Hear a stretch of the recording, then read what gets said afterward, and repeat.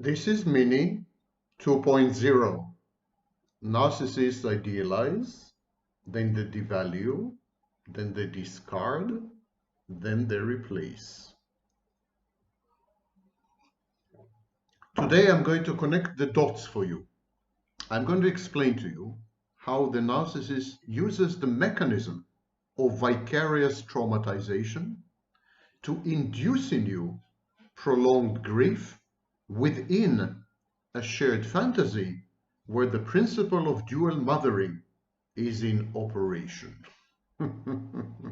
I told you it's going to be simple. Okay, חמדמדים דובשניות שלי. Look it up. And before we go there, a reminder, 7 days. That's 7 whole days of a free like no cost, no payment, a free seminar with me in Romania at the end of September. Very few seats are left. You may wish to write to me in order to reserve one. samvaknin@gmail.com. That's my name, samvaknin@gmail.com. Some of you have written in the comments section that you like $10 words. Here's my advice, also free of charge. Be careful what you wish for. In the previous video, I introduced you to the tintinabulation of your supplication. Many of you have not recovered. And today I am responding to an avalanche of atrabilious, truculent, and pugnacious messages, and also to importuning, adjuring, and beseeching messages, all of them begging me to make sense of all the theoretical models that have been presenting or spewing out in the past 2 years. And so today I'm going to connect the dots as I've promised. But before I go there, I recommend that you watch Narcissist as Grieving Infant. It affects you. And the video, Your Pain Traumatizes Others, Vicarious Secondary Trauma. Now the links to these two videos, are in the description field under the video. So just go down a bit in order to go up and be uplifted via my intellectual pyrotechnics. Okay, enough nonsense, Vaknin. Get to the point, will you? I will. The narcissist is in a state of prolonged grief. The narcissist as a child has been traumatized, has been abused in a variety of ways. We know by now that abuse is not only physical or sexual or verbal or psychological. There are many ways to abuse a child. Not allowing the child to form boundaries, not allowing the child to develop his or her own life, using the child as an instrument, instrumentalizing the child, pedestalizing the child, smothering the child, isolating the child from reality, pampering the child, and parentifying the child are all forms of very, very nefarious and pernicious abuse. So narcissists are the sad outcomes of early childhood abuse, and they grieve. They grieve what had happened, the loss, and they grieve what they could have become. They grieve the lost potentials. Narcissism is closely associated with depression. The Diagnostic and Statistical Manual, edition 5 text revision, finally acknowledges this. In the 60s, there were scholars who suggested that narcissism is actually a form of major depression. And they were not that far off the mark. The narcissist is in a state of constant grief, constant mourning, and this is known as prolonged grief syndrome. And it's also a new diagnosis in the Diagnostic and Statistical Manual, edition 5 text revision, released a few weeks ago. So there you are. the narcissist showing to the world a facade of imperturbability, of impermeability, of invulnerability, of happy-go-lucky, of total and utter and unmitigated self-confidence, and so on and so forth, while deep inside there's a child, traumatized, wounded, bleeding, crying, at a state of panic and loss and terror and profound, all-consuming sadness. A child who feels that he is a bad object, unworthy, inadequate, and inferior. Narcissism is a compensatory mechanism intended to hide, to camouflage, to conceal this inner state. And so narcissists are in a state of grief, but misery likes and misery seeks company, and you are it. You are the company. The narcissist needs to infect you with his grief. He needs you to grieve with him. He needs you to commiserate. And so he exposes you to his pain, to his hurt, to his rage, to his negative affectivity. He poisons you. He creates a toxic environment which invades every cell, every mental cell you have. An exposure to prolonged grief is in itself traumatizing. So the transmission vector is the narcissist's grief via exposure traumatizes you. It's very, very traumatizing to be in the presence of someone who had been negated and vitiated in early childhood, someone who was made to disappear, someone who is an absence and a void, not a presence. So it's very terrifying. It's a little like a horror movie. An exposure, prolonged exposure to this creates vicarious secondary trauma, trauma by proxy. Vicarious trauma, as I had explained in my previous video, also leads to dysregulation. When you are exposed, when you spend time with the narcissist, especially as an intimate partner, definitely if you love the narcissist's pain rubs off you. It affects you. It somehow subdues you. It saps your energy.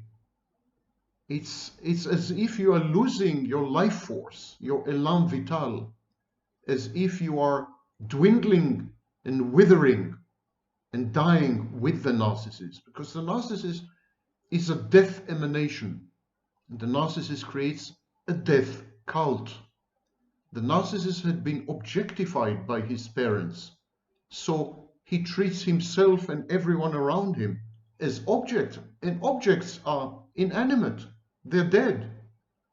And this is very traumatizing, and it creates in you dysregulation. Now, psychology is very bad at distinguishing between endogenous dysregulation and exogenous dysregulation. Endogenous dysregulation happens from the inside. You can't control your emotions, they overwhelm you, you drown in them. But this comes from emanates from the inside. This is not something you can maneuver with or manipulate. This is not something you can mitigate or ameliorate. This is stronger than you. Now, this is a situation, for example, with borderline personality disorder.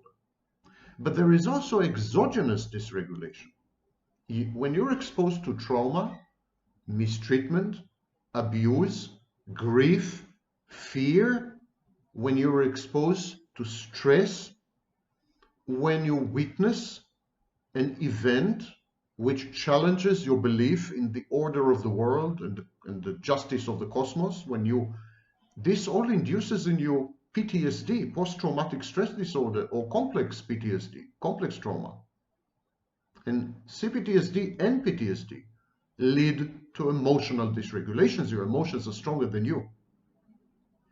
And so the narcissist induces in you, creates in you, fosters, engenders severe emotional dysregulation. You don't recognize yourself. You're all over the place. You're up and down. You are vicissitudinal. Yes, another $10 word. I warned you, be careful what you wish for. And this happens because you're infected with the narcissist's grief and trauma. The new definition of post-traumatic stress disorder in the text revision of the Diagnostic and Statistical Manual edition 5 accepts that one can acquire PTSD just by listening to someone else's story. Just by being exposed to someone else's experience, you can get traumatized yourself. And this is what is known as secondary or vicarious trauma. So this is the first element that you should bear in mind. The narcissist is a traumatized, grieving, mourning entity, and he infects you by exposing you to the darkness of his penumbral mind. He infects you, and you react. You react to this. You react to this by dysregulating, by developing depression and anxiety, and by systemic or pervasive dysfunction. What does a narcissist want from you? Why does he leverage, use, and abuse vicarious traumatization to kind of control you and mold you and consume you? Why does he need you, in other words? The narcissist is driven to reenact the loss of his childhood, to resolve the trauma that happened to him at the inception of his unfulfilled life. The narcissist rejects life exactly like the psychopath because he had been rejected as a child, and he had internalized the point of view of his caregivers, what we call primary objects, his parents. They rejected him, and so he continues to reject himself because mommy and daddy are never wrong, and if they had rejected him, something must be wrong with him. So the narcissist has something called repetition compulsion. He needs to time travel back to his past, to his very early infancy, and to try once again to resolve the conflict, to make sense of what had happened, to somehow get rid of the trauma, and to recuperate and recapture the lost objects, his mother. And so he needs a mother. He needs a mother for a role play. He needs a mother to replay his childhood with. It's a maternal stand-in. And it is you. Your role in the narcissist's life is to act as his mother. The narcissist recreates the trauma space. In the trauma space, there is an ideal mother, which is you, and an ideal kid or ideal child, which is the narcissist.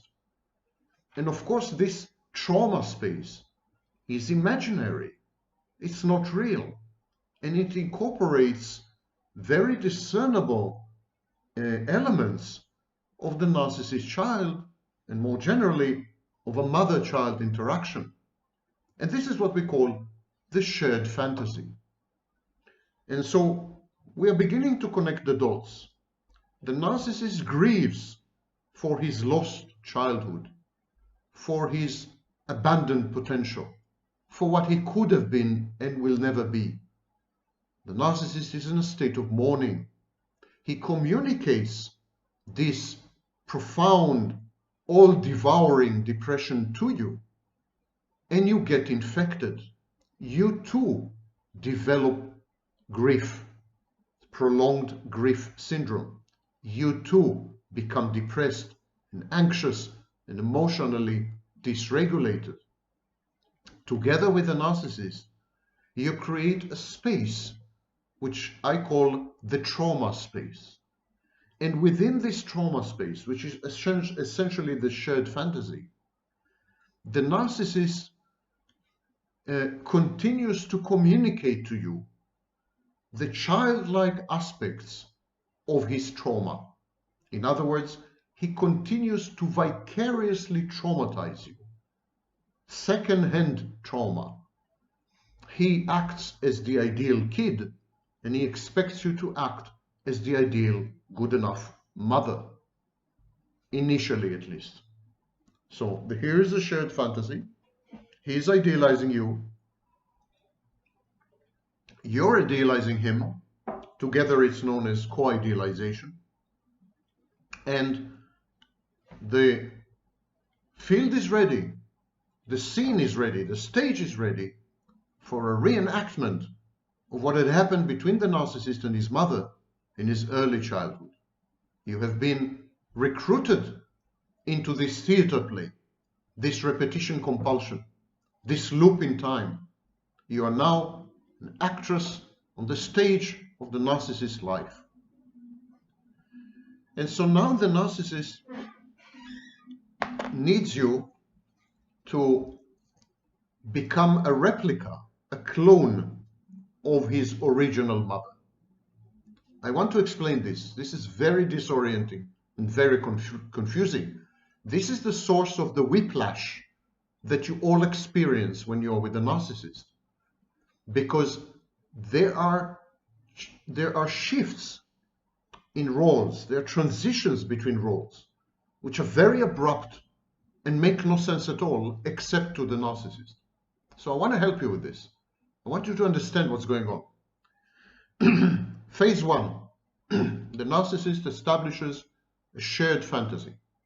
He invites you into the shared fantasy.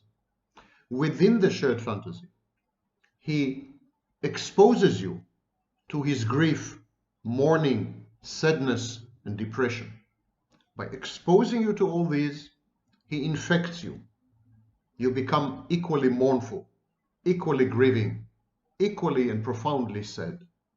Now, you're two pillars of a trauma space. And in this trauma space, you're the mother and he's the kid.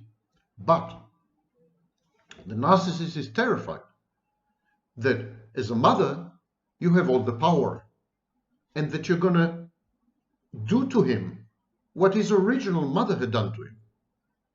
He's terrified that the trauma space, inhabiting the trauma space with you as a mother and he as a kid, would result in the same outcome. Nothing will change. Again, he will be rejected. Again, he will be humiliated. Again, he will be disparaged and chastised and criticized and put down. Again, his mother, the new mother, you, the maternal stand-in, again she will do to him what his original mother had done to him. So he needs to disempower you. He needs to take away your power, to harm him, to hurt him, to cause him pain. He needs you to be his mother in the shared fantasy, but without the powers that his original mother has had. He needs you to be, in other words, a disabled mother, inactivated mother, symbolic mother, unable to hurt him, unable to damage him, unable to reenact faithfully his early childhood. He doesn't want this. The narcissist creates the shared fantasy with you as a mother figure, because this time he wants to be on top. This time he wants to prevail. This time he wants to triumph. This time he wants to resolve the conflict with him rejecting you, not you rejecting him. In other words, this time he wants to separate from the maternal figure and become an individuate. And then this way he becomes empowered. He couldn't do this to his original mother. She was too strong. The power asymmetry was too great. The power play was rigged. There was no way for him to win. This time, The circumstances are different. He's an adult, he has resources, and he can diminish you as a mother. He can put you in your proper place. This time, he will be standing tall, and you will be cowering in the corner. But how to do this to you? You're an adult too. You have resources too. So he needs to abuse you. He needs to abuse you. And he uses vicarious trauma as one of the main instruments of abuse. Let me explain again. You need to wrap your mind around this. This is so counterintuitive, so sick, so inhuman that most people, even scholars, can't grasp it properly. The narcissist creates a shared fantasy where you are his mother and he is your child. But he is terrified that you will do to him what his original mother did to him. So he needs to make you weak. He needs to break you. He needs to disempower you. He needs to take away your power so that you can't do to him what his original mother had done to him. He needs to disable you and deactivate you. And to do this, the only way is to abuse you. The more he abuses you, the more broken you are, the less powerful you are, the less potent, the less menacing and threatening. The more he mistreats you, the more he humiliates you, the more he criticizes you, the more shattered and broken to smithereens you are. You can't put yourself together like Humpty Dumpty, and so you are not a threat. And how does he abuse you? One mechanism is vicarious trauma. He constantly exposes you to his own trauma. He reenacts it. And as we said before in this video and my previous video, vicarious trauma is as powerful as original trauma. It's recognized in the DSM. And so he traumatizes you. To cut a long story short, he uses his own trauma to traumatize you by exposing you to the recesses and depths of his demented, very dark soul, to the black hole that is at his core. This is one way. And the other way is, of course, narcissistic abuse. And this is when narcissistic abuse walks hand in hand. It's a marriage made in hell with vicarious trauma. Narcissistic abuse and vicarious trauma together serve to reduce you to the point that you're not able to function, and therefore not able to threaten the narcissist.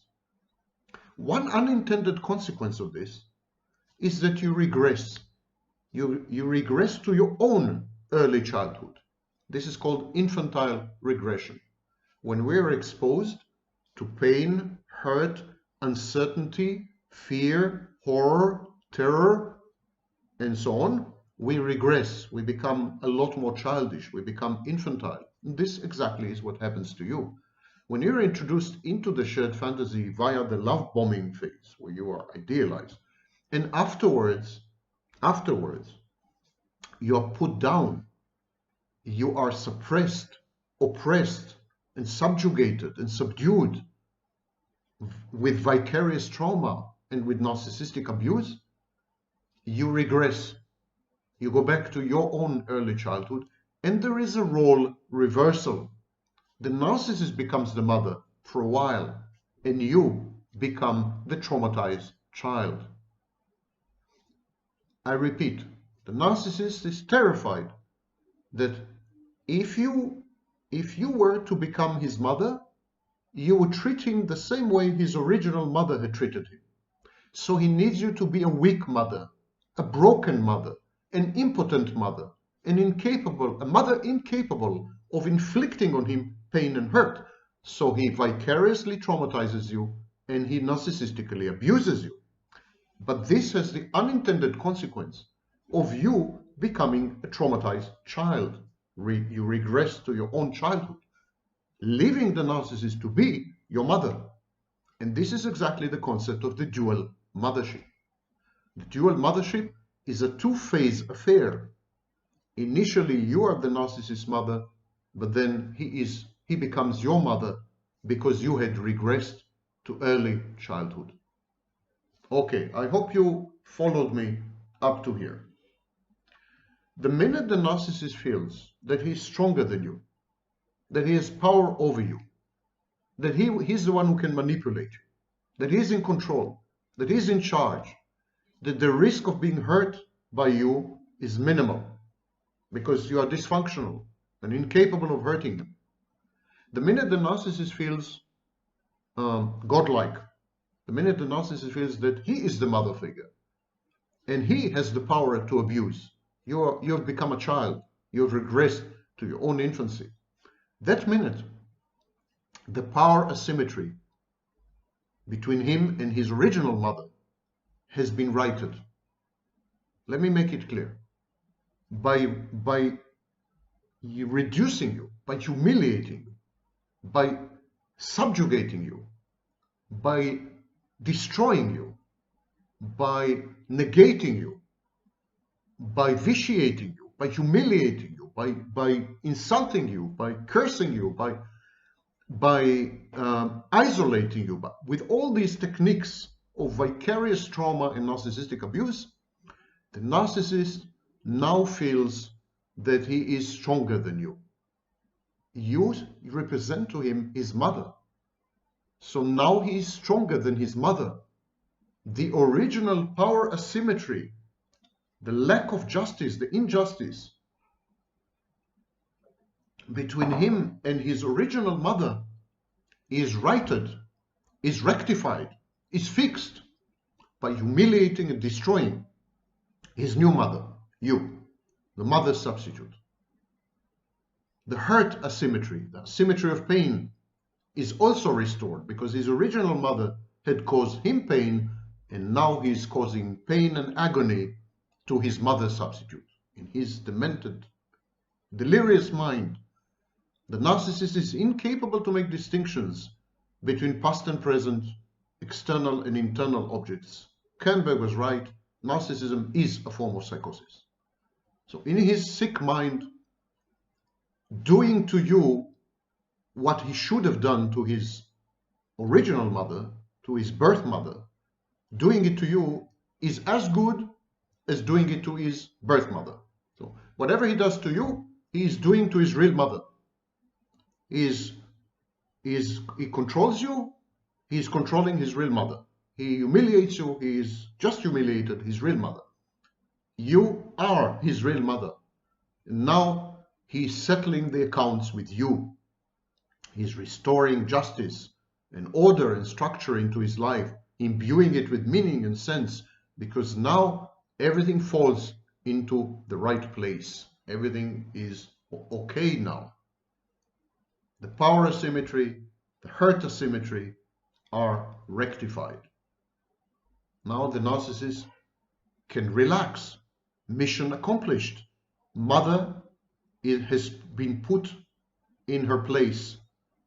Mother has been punished for what she had done to him as a child. Mother, retribution and vengeance have been exacted on this parent.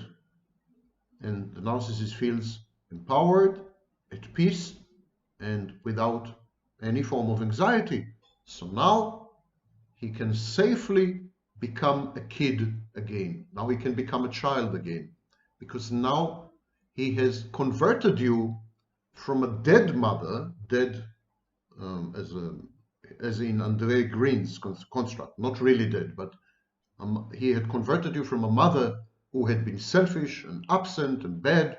He had converted you from this mother to a mother who is good enough, a mother who is a safe base, a mother who will never hurt him and will never cause him pain because she's too weak. A mother who is so dysfunctional, so dysregulated, so much infantile, so much in pain that she cannot hurt him anymore. She cannot cause him pain. She cannot humiliate him. She cannot mortify him. She cannot injure him. It is by destroying you that the narcissist feels safe, safe enough with you. He feels good with you only when you feel bad. He feels safe with you only when you feel unsafe. He feels happy with you only when you're unhappy. And he does his best to ruin every moment of happiness you have, because it threatens him. Your independence and autonomy and power threaten him. He needs you. He needs you to be a submissive mother. A mother who is not a menace, not a threat, will not inflict on him the horrors of his early childhood again. So now that you're weak and meek and subservient, the narcissist feels safe enough to revert to the role of a child. You have become safe-based. Now you are a much less threatening mother. Again, we see a transition. In the initial phase, the narcissist is a child and you are the mother. Then the narcissist uses vicarious trauma and narcissistic abuse to destroy you as a mother, so that you cannot threaten him as a kid. The narcissist makes sure that you don't do to him what his original mother had done to him. And he makes sure of that by ruining you, by demolishing you, by devastating you, rendering you, disempowering you, rendering you powerless. So this is the second phase. Now you have regressed to your own infancy and you are the child. The narcissist is a mother. Originally, you are the mother, the narcissist is a child. Then the narcissist forced you to become a child and he has become the mother, inverting the power matrix. But now that he has destroyed you, now that he has eradicated you and devastated you, now he feels safe to be a child again. And he pushes you to revert to being a mother. Now everything is calm and settled and anxiety free, because you are the kind of mother who can do him no harm, a little like Google. And so now he is ready to take you on. Now he's ready to confront you. Why would he want to confront you as a mother? Now you're his mother now. You're not threatening. You don't have the power to hurt him and to harm him. Why would he want to confront you? Because remember, I don't know why, but the coffee tastes different with this mini. Because remember, there's unfinished business between the narcissist and his mother of origin. And you are his mother of origin in the narcissist's mind. You're not a substitute, you're her.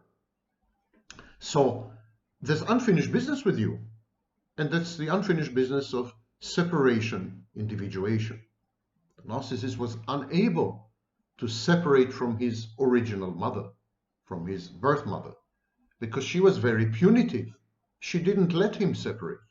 She didn't let him individuate. She didn't allow him to set proper boundaries. And so his growth was stunted. He couldn't develop into an adult. He remained infantile, with infantile defenses like splitting. He needs to grow up. He wants to grow up. It's a natural propensity in human beings to grow up. Growing up is a feature of nature. Everything grows up. Flowers grow up. Everything grows up. So narcissist wants to grow up. And the only way to grow up is to separate from mother.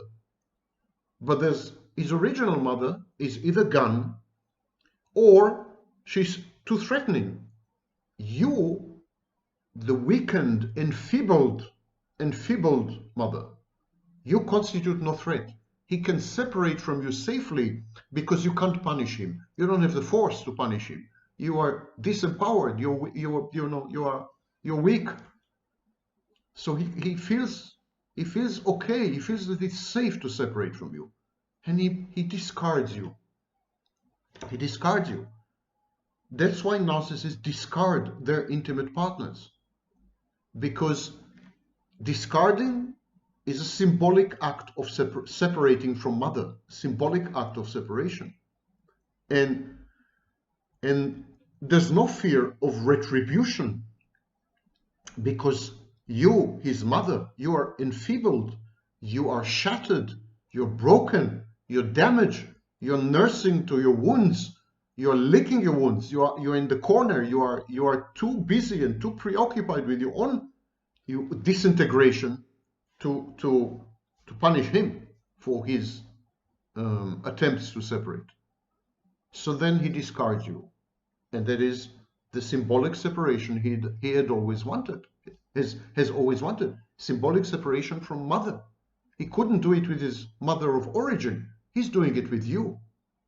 And suddenly he feels more like an individual.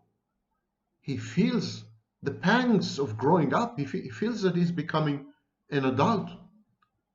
The more diminished you are, the more reduced, the more constricted, the more contracted, the more diminutive, to the point of vanishing, to the point of disappearing, the more the narcissist, by comparison, feels empowered, feels big, feels great, feels that he's evolving and developing. It's like he's feeding off your body. It's like he's consuming you in the process, and you serve as a form of psychological nutrition. What his mother should have done as a good enough mother, he imposes on you. He coerces you into doing it, into helping him. And he does this by abusing you, narcissistically abusing you, and by vicariously traumatizing you, thereby taking away your power. So he separates from you. By separating from you, he separates from her, from his mother of origin. He discards you, or he pushes you to abandon him. And when you're gone, he feels that he has reasserted control, even at the cost of elevated anxiety. Because the narcissist has separation insecurity, exactly like the borderline, although a bit diminished, not the same intensity like the borderline, but still he has separation anxiety, insecurity, abandonment anxiety. So when he discards you, or when he pushes you to cheat on him or to abandon him, he experiences enormous anxiety. He experiences enormous sense of insecurity. But he resolves it very fast by replacing you. And that's why narcissists don't wait one heartbeat between discarding you and finding someone else, because they can't. The interval is anxiety laden. Narcissist is very anxious until he finds another mother figure, another maternal figure, and the cycle recommences. The narcissist hoovers you from time to time because the conflict is unresolved. Hoovering is the outcome of this unresolved conflict. But wait a minute, Vaknin, you say, those of you who are still capable of talking. Wait a minute. You said that the narcissist makes his intimate partner weaker, shatters, breaks his intimate partner. And then, with a broken, enfeebled, weakened intimate partner in the role of a mother, he feels safe enough to separate and individuate. Mission accomplished, problem solved. Why is there a repetition compulsion? What's the problem? Why does a narcissist immediately needs to find a replacement, another mother figure? Why does he have anxiety, separation insecurity, abandonment anxiety in the interval between discarding an old intimate partner or being abandoned by a previous intimate partner and finding a new one? Why? Why this need to replay or reenact a conflict which, on the face of it, has been resolved? The narcissist emerges victorious. He had subdued you, he had discarded you, he had separated from you, and he had become his own man or woman. He is individuated. So why go through this again? Because you're still in his mind. There is still an introject of you. It's called introject permanence.